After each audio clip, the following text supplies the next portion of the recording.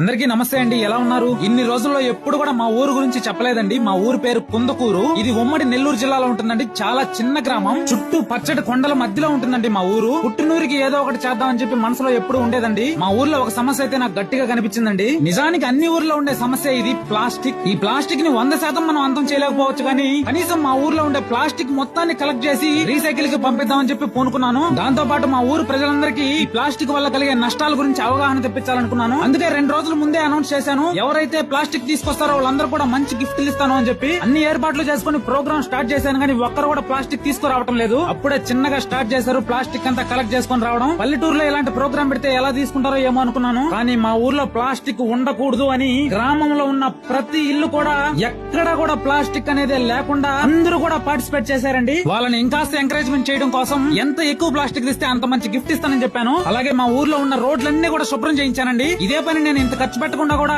మనుషులను పెట్టి కూడా ఊరంతా శుభ్రం చేయించొచ్చు, కానీ మా ఊరు జనాలకు కూడా ఒక అవగాహన రావాలి, ఈ ప్లాస్టిక్ వల్ల ఎన్ని నష్టాలు ఉంటాయో తెలియాలని చెప్పి వాళ్ళ చేతని ఈ ప్లాస్టిక్ అంతా కలెక్ట్ చేయించానండి. ఇక నుంచి ఎవరు కూడా బయట చెత్త పడేయకుండా చెత్త బండిలో మాత్రమే వేసే వాళ్ళందరినీ గుర్తించి వాళ్ళందరూ కూడా స్పెషల్ గా గిఫ్ట్లు ఇస్తానని చెప్పి మాటిచ్చాను. మీరు నమ్మతారో లేదో, మొత్తం 3.5 ట్రాక్టర్ ట్రక్కుల ప్లాస్టిక్ చెత్తనైతే కలెక్ట్ చేశాను. వెంటనే మా ఊర్లో పెద్దవాళ్ళు కూర్చోవడం కోసం మా అమ్మా నాన్న పేర్ల మీదుగా 8 సిమెంట్ కుర్చీలు అయితే వేయించానండి. మధ్యాహ్నం అత్యంత అంగరంగ వైభవంగా గ్రామంలో ఉన్న మహిళలందరినీ ఎంకరేజ్ చేయడం కోసం ముగ్గులు పోటీలు అయితే నిర్వహించానండి. పార్టిసిపేట్ చేసిన ప్రతి ఒక్కరు కూడా గిఫ్ట్ అందేలా చూసుకున్నానండి. నేను పుట్టాక ఎప్పుడు కూడా ఇంత ఘనంగా ముగ్గులు పోటీ అయితే ఎప్పుడు జరగలేదంటండి. మా ఊర్లో మగవాళ్ళంతా బాగేస్తున్నారా అన్నట్టుగా చూస్తున్నారు. మా ఊరి రోడ్డు మొదటిసారి రంగులతో మురిసిపోతుంది. సాయంత్రం మా గ్రామంలో మీటింగ్ పెట్టి స్పెషల్ గెస్ట్ గా మా మండల సబ్ ఇన్స్పెక్టర్ గారైనటువంటి శ్రీ మనోజ్ కుమార్ గారిని ఇన్వైట్ చేసుకున్నామండి. వివిధ ఆఫీసర్లు, గ్రామ పెద్దలను కూడా ఇన్వైట్ చేశాను. వారంతా కూడా ప్లాస్టిక్ వల్ల కలిగే నష్టాలన్నిటి గురించి మా ఊరు ప్రజలందరికీ అర్థమయ్యేలా చెప్పారు. తర్వాత ముగ్గుల పోటీలో విన్న వాళ్ళందరూ కూడా ప్రైజులు అయితే ఇప్పించానండి. పార్టిసిపేట్ చేసిన వాళ్ళందరూ కూడా ప్రైజులు ఇప్పించాను. ఫ్యామిలీ అంతా ఎస్ఐసార్ తో ఒక ఫోటో తీసుకున్నాం. మా ఊరు పెద్దలు నాకు ఒక చిన్న సన్మానం చేశారండి. మా ఊరు గవర్నమెంట్ స్కూల్లో చదివే పిల్లలందరికీ